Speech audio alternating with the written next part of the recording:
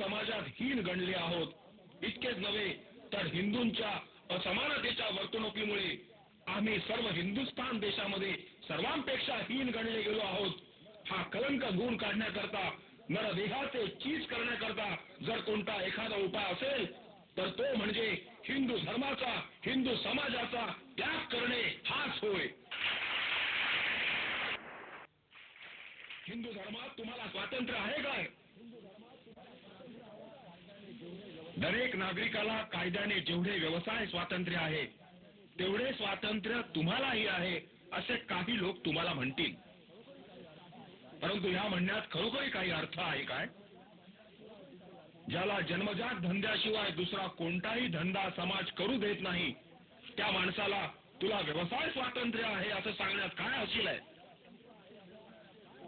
ज्याला संपत्ती मिळवण्याचे कोणत्याही प्रकारचे द्वार खुले नाही त्याला तुझ्या संपत्तीला कोणीही हात लावू शकणार नाही, तुझी संपत्ती उपभोगण्यास तू स्वतंत्र आहेस असं सांगणं म्हणजे त्याची थट्टा करणं होय. अस्पृश्यांनी चांगला पोशाख घालून हिंडावे असा हक्क कायद्याने दिला आहे, पण हिंदू समाज तसे कपडे वापरू देत नाही. तर मग त्या हक्काचा उपयोग काय? ज्या हक्काला समाजाची आडकाठी आहे, हरकत आहे, तो हक्क कायद्यानं जरी दिला असला तरी त्याचा काही उपयोग नाही. अस्पृश्य लोकांना कायदेशीर स्वातंत्र्यापेक्षा सामाजिक स्वातंत्र्याची जास्त जरुरी आहे. सामाजिक स्वातंत्र्य जोपर्यंत तुम्हाला प्राप्त होत नाही तोपर्यंत कायद्याने कितीही स्वातंत्र्य दिले तरी त्याचा काहीही उपयोग होणार नाही. मनुष्य मात्राला जितकी शारीरिक स्वातंत्र्याची आवश्यकता आहे तितकीच मानसिक स्वातंत्र्याचीही आहे.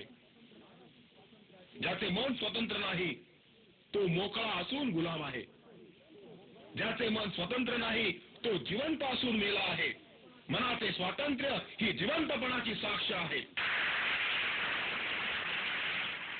जोपर्यंत तुम्ही हिंदू धर्मात आहात तोपर्यंत तुम्हाला विचार स्वातंत्र्य प्राप्त होऊ शकत नाही. यावर कोणी असे म्हणतील की हिंदू धर्माने केवळ तुमचेच मानसिक स्वातंत्र्य हिरावून घेतले आहे असे नव्हे तर हिंदू धर्माला प्रमाण मानणाऱ्या सर्व जातींचे मानसिक स्वातंत्र्य हिरावून घेतले आहे. हिंदूंमुळे सर्वच बौद्धिक गुलामगिरीत सापडले आहेत हे खरे, पण या बौद्धिक गुलामगिरीचे दुष्परिणाम सर्वच जातींना सारखे भोगावे लागत नाहीत. स्पृश्य वर्गाच्या ऐहिक सुखावर या बौद्धिक गुलामगिरीचा कोणत्याही प्रकारचा अनिष्ट परिणाम होऊ शकत नाही. हिंदू समाजाच्या व्यवहारात त्यांना वेदांनी आणि महाजनांनी उच्च पद दिलेले आहे. दुसऱ्यावर हुकूमत गाजवण्याकरता त्यांना अधिकार दिलेला आहे. सारा हिंदू धर्म वरिष्ठ वर्गाच्या हिंदूंनी वरिष्ठ वर्गाच्या संवर्धनाकरता रचलेला आहे. ज्याला ते धर्म म्हणतात त्या धर्मात तुम्हाला गुलामाची भूमिका दिलेली आहे. इतकेच नव्हे तर या गुलामगिरीतून तुमची सुटका होऊ नये अशा प्रकारची व्यवस्था त्या धर्मात केलेली आहे. म्हणून हिंदू धर्मातील या गुलामगिरीतून सुटका करून घ्यायची तुम्हाला जितकी जरुरी आहे तितकी उच्चवर्णीयांना नाही. तुम्हाला जर स्वातंत्र्य हवे असेल तर तुम्हाला धर्मांतरच केले पाहिजे. अस्पृश्यता निवारणाची आज जी चळवळ चालू आहे त्या चळवळीवर अशी टीका करण्यात येते की तुम्ही आपापसातली जातीभेद अस्पृश्यता नाहीशी करा मग आमच्याकडे दाद मागण्यास या असा साळसूतपणाचा सल्ला त्यांना देण्यात येत असतो. अस्पृश्य वर्गात समाविष्ट असलेले लोक आपसात जातीभेद पाळतात आणि काही अस्पृश्यता पाळतात. या गोष्टीचा इन्कार करता येणं शक्य नाही. तरीही या अपराधाला ते कारणीभूत आहेत असं म्हणणे निखालस खोटे आहे. जातीभेदाचा आणि अस्पृश्यतेचा उगम वरिष्ठ वर्गाच्या हिंदूंच्या हातून झालेला आहे. जातीभेद आणि अस्पृश्यता पाळण्याचा धडा वरिष्ठ वर्गाच्या हिंदूंनी घालून दिला आहे. जातीभेदाच्या आणि अस्पृश्यतेच्या रूढीची जबाबदारी स्पृश्य वर्गावरच पडते. अस्पृश्य वर्गावर ती पडू शकत नाही. अस्पृश्य वर्गाचे लोक जातीभेद आणि अस्पृश्यता पाळताना वरच्या वर्गाच्या लोकांनी घालून दिलेला धडा गिरवित आहेत. त्याचे पाप ज्यांनी तो धडा दिला त्यांच्यावर येऊन पडते, ज्यांनी गिरवला त्यांच्यावर येऊन पडू शकत नाही. हे उत्तर जरी समर्पक असले तरी या उत्तराने माझे स्वतःचे समाधान होऊ शकत नाही. ज्या कारणामुळे अस्पृश्यता आणि जातीभेद हा आपल्यामध्ये शिरला, त्या कारणाला आपण जबाबदार नसलो तरी जो जातीभेद आणि जी अस्पृश्यता नांदत आहे तिचा धिक्कार न करणे, ती आहे तशीच चालून देणे आपल्याला इष्ट नाही. ती घालविण्याची जबाबदारी आपल्यावर आहे. महारातील शिकला सवरलेला वर्ग घेतला आणि ब्राह्मणातील शिकला सवरलेला वर्ग घेतला तर अस्पृश्य वर्गातील सुशिक्षित वर्ग जातीभेद मोडण्याला जास्त अनुकूल आहे, ही गोष्ट कोणाचंही कबूल करावी लागेल. आपण जातीभेद पाळतो, अस्पृश्यता पाळतो, याचे मुख्य कारण ज्या हिंदू धर्मात आपण आहोत तो धर्म तसे करावयास सांगतो, म्हणून आपण जातीभेद पाळतो. अर्थात ज्या धर्मात माणसाची घाण माणसानं मानली पाहिजे अशी शिकवण देण्यात येते, त्या धर्मात आपण जोपर्यंत आहोत तोपर्यंत जातीभेद नाहीसा होणार नाही. आपल्या मनातील जातीभेद आणि अस्पृश्यता नाहीशी करायची असल्यास त्यांनी धर्मांतर करणे हा एकच रामबाण उपाय आहे.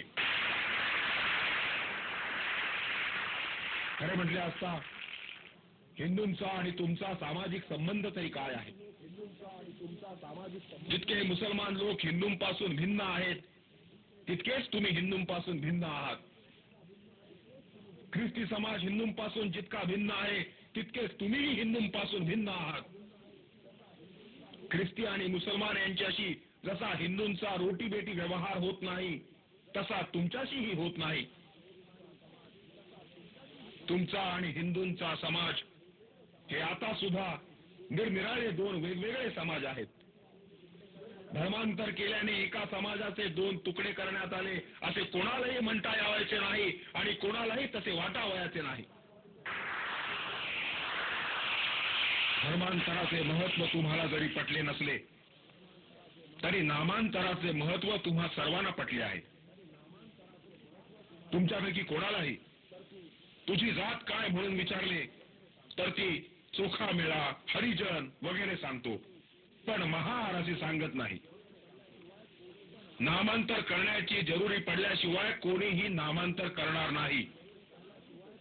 अशा प्रकारे नामांतर करण्याचे कारण अगदी सोपे आहे. अपरिचित अशा माणसाला अस्पृश्य कोण आणि स्पृश्य कोण हे सांगता येत नाही आणि म्हणून जोपर्यंत जात कळत नाही तोपर्यंत स्पृश्य हिंदूंच्या मनात कोणत्याही प्रकारची दूषित भावना उत्पन्न होत नाही. प्रवासात अपरिचित स्पृश्य आणि अस्पृश्य बंधुभावाने वागत असलेले दिसतात. एकमेकांपासून विडीपान घेतात, परंतु त्याच माणसास ज्याच्याशी आपण व्यवहार करतो त्याची जात कळली आणि तो अस्पृश्य आहे असं समजलं की त्याच्या मनात तिरस्कार उत्पन्न होतो. त्याला तिडीक येते आणि आपल्याला फसविले म्हणून त्याला क्रोध येऊन प्रवासात जडलेल्या मैत्रीचे पर्यवसान शिवीगाळीत आणि मारामारीत होते.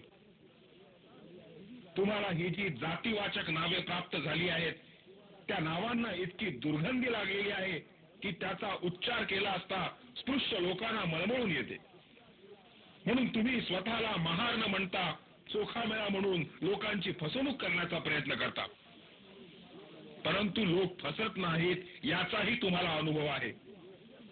कारण चोखामेळा म्हटले काय किंवा हरिजन म्हटले काय, त्यांना जे समजावयाचे ते समजतात आणि तुम्ही मात्र स्वतःचीच बोळवण करून घेता. तुम्हाला नामांतराची आवश्यकता भासते हे तुमच्या वर्तणुकीनंच तुम्ही सिद्ध केलं आहे. मला तुम्हाला एवढंच विचारावयाचे आहे की नामांतर करणे हे जर तुम्हाला आवश्यक वाटते तर मग धर्मांतराने होणारे नामांतर हे तुम्हाला खिस्त फायदेशीर पडेल. तुमच्या तात्कालिक नामांतरापेक्षा हेच खरे नामांतर आहे. या नामांतराला दुर्गंधी नाही,